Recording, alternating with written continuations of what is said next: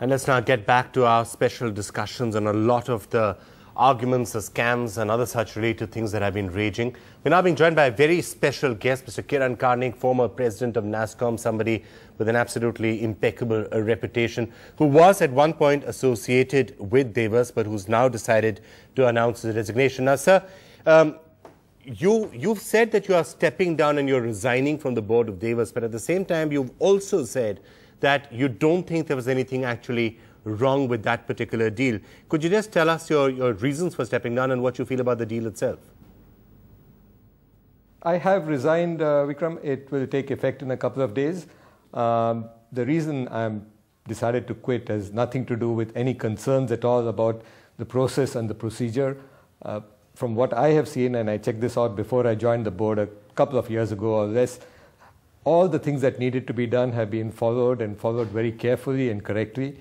The reason I'm stepping down is only that, there's so much media attention and media hype around this that, I don't have the time or energy to answer all kinds of things, and the assumption that there's something wrong being done, that the assumption that something unfair has happened somewhere, I just don't want to spend my time doing that. But as far as I'm concerned, I'm very, very clear that the procedures and processes followed by Devas, and as far as I could see by ISRO, have been fine. There's been no question on that. So, I mean, of course, we are seeing a lot of furor on this because it's being linked in a sense to telecom spectrum and the telecom spectrum scam. So why are you saying there was nothing wrong in this deal? Are you saying essentially comparing it to telecom spectrum is like comparing apples and oranges or something like that? Well, there are two or three factors. First, the satellite spectrum is not the same as the ground spectrum. You're correct. Comparing not just apples and oranges, but probably apples and fish or something. These are two completely different animals.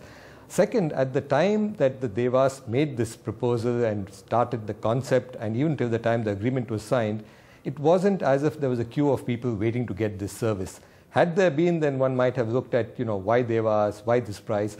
But there was in effect no market, because when you have one person who comes with an idea and a proposal, and there is no other demand for it, then you've got to find a negotiated price.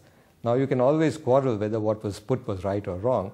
And the analogy to me is, on all fours with what happens when many channels, I suppose including yours, lease transponders from ISRO.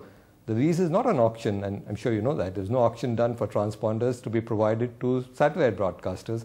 And the ISRO method, as indeed has been the method in almost all the organizations I've seen around the world with regard to space technology, has not been an auction. It's been a price which is computed or calculated or based on some equivalent of fair value, and then it's done. So, the questions about this why no auction, the question about why Devas, I think there is no reason even to ask those questions, because an auction was not done in such cases, and at the time this was given to Devas, there were no other takers.